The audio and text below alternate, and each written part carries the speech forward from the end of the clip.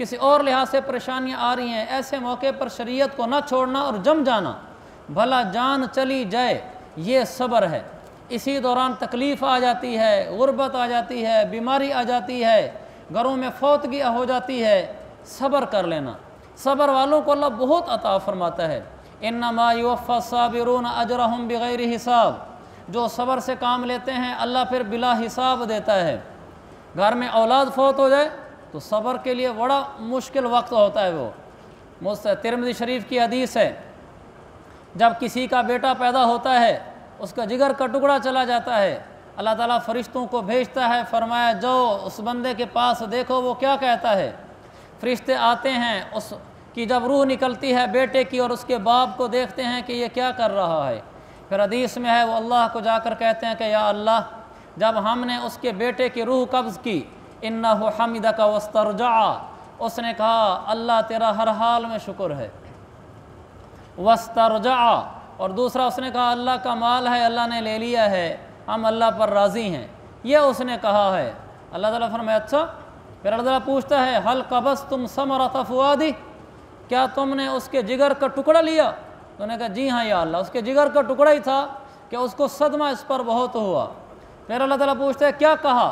کہ یا اللہ اس نے تیرا شکر ادا کیا اور کہا اللہ کا مال تھا اللہ نے لے لیا۔ اللہ تعالیٰ نے فرمایا پھر ایسا کرو، میرے اس بندے نے اتنے مشکل وقت میں صبر سے کام لیا، اپنا بیٹا اپنی آنکھوں کے سامنے دنیا سے چلا گیا، مجال ہے کوئی ایک بول اللہ کی ناشکری کا نکلے، اللہ کی ناراضگی کا نکلے۔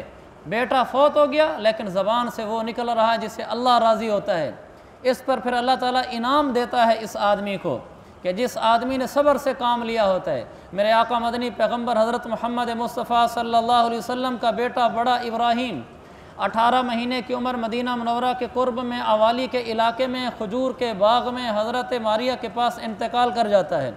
اللہ کے نبی وہاں تشریف لے جاتے ہیں، حضرت ابراہیم بالکل آخری سانسوں میں ہیں، آپ نے ان کو اپنے گود میں لیا اور آپ صلی اللہ علیہ وسلم کے سامنے اس کے سانس اکھڑ رہے ہیں، اور آپ صلی اللہ علیہ وسلم کے سامنے جب روح پرواز کر گئی، آپ کی آنکھوں سے آنسو ٹپ ٹپ نیچے گرے تو حضرت عبد الرحمن بن عوف ساتھ تھے، انہوں نے کہا یا رسول اللہ او انت تبکی یا رسول اللہ، یا رسول اللہ آپ بھی روتے ہیں؟ یعنی آپ تو ہمیں حکم دیتے ہیں کہ صبر کرو برداشت کرو، آپ بھی روتے ہیں؟ آپ نے فرمایا عبد الرحمن یہ ایک نرم دلی ہے، رحم دلی ہے جو اللہ نے عطا فرمائی ہے، کہ دل نرم ہو بچے کی فوتگی پر تو یہ تو کوئی بری بات نہیں ہے۔ تو حضور پاک صلی اللہ علیہ وسلم کی آنکھوں سے آنسو گرنا شروع ہوئے تو ساتھ حضرت اسامہ بیٹھے تھے تو وہ زور زور سے رونے لگے۔ آپ صلی اللہ علیہ وسلم نے روکا کہ اسامہ نہ رو، انہوں نے کہا یا رسول اللہ آپ خود رو رہے ہیں اور مجھے روکتے ہیں۔ آپ نے فرمایا کہ یہ جو میں رو رہا ہوں یہ صرف رونا ہے، اور جو تو رو رہا ہے اس میں آواز ملی ہوئی ہے، یعنی زور زور سے آواز کے ساتھ رو رہا ہے۔ آپ نے فرمایا جس کا مفہوم یہ ہے البقاء من الرحمن الصراخ من الشیطان، فوتگی کے اوپر آنکھوں سے آنسو کا گر جانا یہ انسان کی نرم دلی کی علامت ہے، یہ اللہ کی طرف سے رحمت ہے، لیکن زور زور سے آواز کے ساتھ دھاڑے مار مار کے ساتھ بول بول کے رونا ہے چلا گیا ہے ہمیں چھوڑ گیا کہاں گیا، ایسے بولنا، پھر اللہ کی ناشکری کے بھی بول نکالنا شروع کر دینا۔ آپ نے فرمایا یوں زور زور سے اونچا بولنا یہ شیطان کی طرف سے ہے، یعنی مجھ محمد مصطفیٰ علیہ السلام کے صرف آنسو گر رہے ہیں، زبان سے میں کچھ نہیں کہہ رہا، یعنی رو دھاڑ نہیں رہا، اور اسامہ تم تو زبان سے رو رہے ہو، منہ سے ساتھ آواز نکال رہے ہو، یہ ٹھیک نہیں ہے۔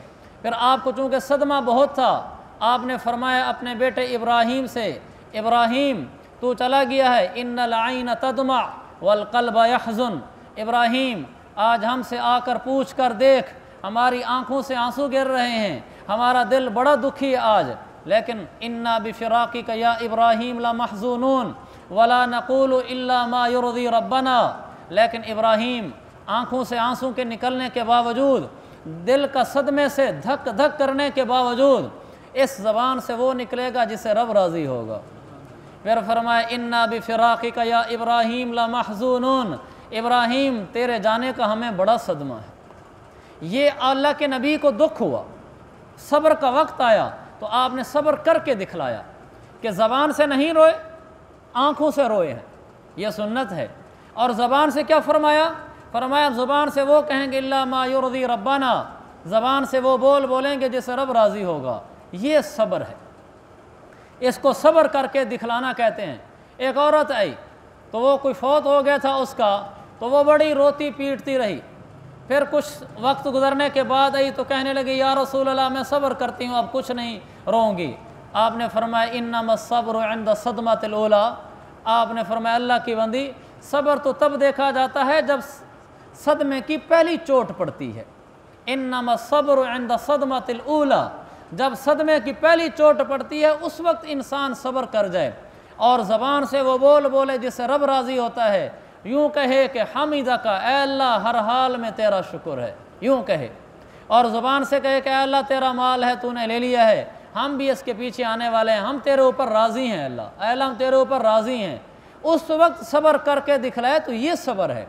جب ایسا انسان صبر کرتا ہے بیٹے کے جانے پر، تو میں حدیث سنا رہا تھا تو فرشتوں سے اللہ پوچھتا ہے اس کے دل کا ٹکڑا لے کر آ گئے ہو؟ تو وہ کہتے ہیں جی ہاں، تو پھر پوچھتے ہیں اللہ کیا کہا تھا؟ کہ یا اللہ تیرا شکر ادا کیا تھا، کہ اللہ ہر حال میں تیرا شکر ہے، تیری چیز ہی تو نے لے لی۔ اللہ نے فرمایا اچھا تو پھر میرا انعام ہے، جو ابن لہ بیت فی الجنہ، اس آدمی کے نام جس نے اپنے بیٹے کی جگر گوشے کی وفات پر اتنا صبر سے کام لیا ہے اور بلکہ میرا شکر ادا کیا ہے، جو جنت میں ایک محل بنو وسموہ بیت الحمد، اس محل کا نام رکھو شکر کا محل، کہ اس آدمی نے اتنے بڑے صدمے میں بھی میرا شکر ادا کیا، اور یہ محل اس کے نام لکھ دو۔ یہ صبر ہے، اس لیے فرمایا مرتین بما صبروا، جو صبر سے کام لیتے ہیں اللہ ڈبل اجر دیتا ہے۔ ان اللہ مع الصابرین، جو صبر کرتا ہے اللہ ان کے ساتھ ہے۔ ہمارے ہاں سرائکی میں خطیب کہا کرتے تھے صبر جنہاں دے پلے ہے رب انہاں دے رلے ہے، جو صبر کر جاتے ہیں رب ان کے ساتھ ہو جاتا ہے۔ رونے پیڑنے دھاڑنے سے، اللہ کی ناشکری کرنے سے، اللہ کا شکوہ گلہ کرنے سے کیا فرق پڑتا ہے میرے رب کو؟ غنی ہے۔ یا ایھا الناس انتم الفقراء الی اللہ، لوگوں تمہیں میری ضرورت ہے، واللہ هو الغنی الحمید، کہ مجھے بے نیازی ہے، مجھے کسی کی ضرورت نہیں ہے۔ تم رو دھاڑ کر میرے خلاف بول کر، شکوہ شکایت کے بول کر، مجھ سے گلے کر کے شکوہ کر کے کیا نقصان کرو گے؟ میرا کوئی نقصان نہیں ہوتا۔ اگر تعریف کرو گے میری، شکر پڑھو گے، تمہارا اپنا فائدہ ہے، اگر گلے شکوے کرو گے، رو گے، دھاڑو گے، زبانوں سے نامناسب جملے بولو گے، اپنا نقصان کرو گے۔